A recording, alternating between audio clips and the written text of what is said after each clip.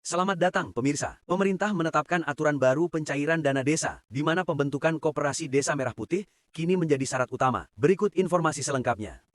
Menteri Keuangan, Purbaya Yudisadewa, secara resmi menandatangani Peraturan Menteri Keuangan Nomor 81 Tahun 2025, yang menjadi revisi menyeluruh atas PMK 108 Tahun 2024. Regulasi ini membawa perubahan signifikan terhadap mekanisme pencairan dana desa, terutama pada persyaratan administratif yang kini menuntut desa untuk lebih proaktif dalam mempersiapkan pembentukan koperasi desa atau kelurahan merah putih. Belai tersebut ditandatangani pada tanggal 19 November 2025 dan resmi diberlakukan setelah diundangkan pada 25 November.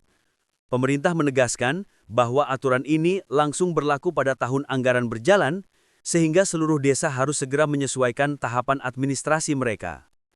Dalam mekanisme penyaluran yang tetap dibagi menjadi dua tahap, tahap pertama menyalurkan 60% dana desa paling lambat bulan Juni.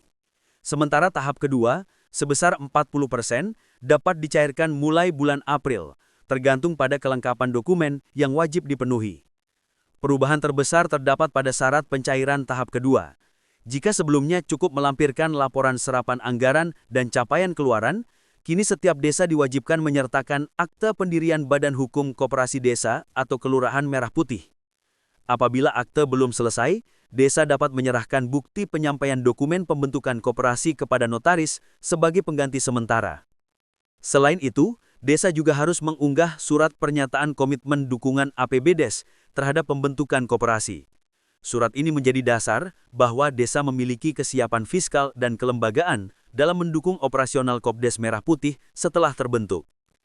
Dalam penjelasannya kepada media, usai rapat kerja bersama Komisi 11 DPR RI, Purbaya menyampaikan bahwa sebagian besar dana desa memang diarahkan untuk pembangunan jaringan koperasi tersebut.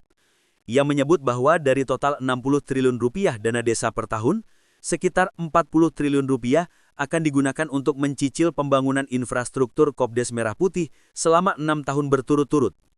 Infrastruktur koperasi nantinya akan dibangun oleh PT Agrinas Pangan, sebuah perusahaan yang ditunjuk untuk mengelola pembangunan fisik dan jaringan produksi.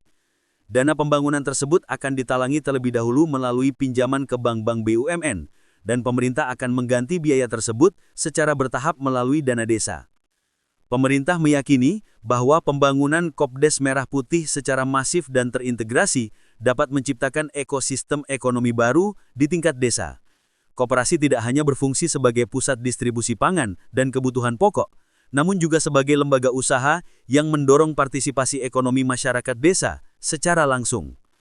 Meski demikian, sejumlah pihak menilai bahwa desa membutuhkan pendampingan intensif untuk menyiapkan dokumen Badan Hukum Koperasi. Karena proses legalisasi biasanya membutuhkan waktu, koordinasi antar perangkat desa, dan kesiapan administrasi yang tidak kecil. Sementara itu, syarat pencairan tahap pertama tidak mengalami perubahan sama sekali. Desa tetap diwajibkan menetapkan APBDes, melampirkan surat kuasa pemindah bukuan dana desa, serta menetapkan daftar penerima BLT desa apabila program tersebut dianggarkan. Dengan diberlakukannya PMK 81 tahun 2025, pemerintah menegaskan bahwa desa harus mengikuti seluruh prosedur terbaru agar proses pencairan berjalan lancar dan sesuai ketentuan hukum. Demikian informasi yang dapat kami sampaikan. Semoga kebijakan ini memperkuat kemandirian ekonomi desa di seluruh Indonesia. Sampai jumpa pada berita berikutnya.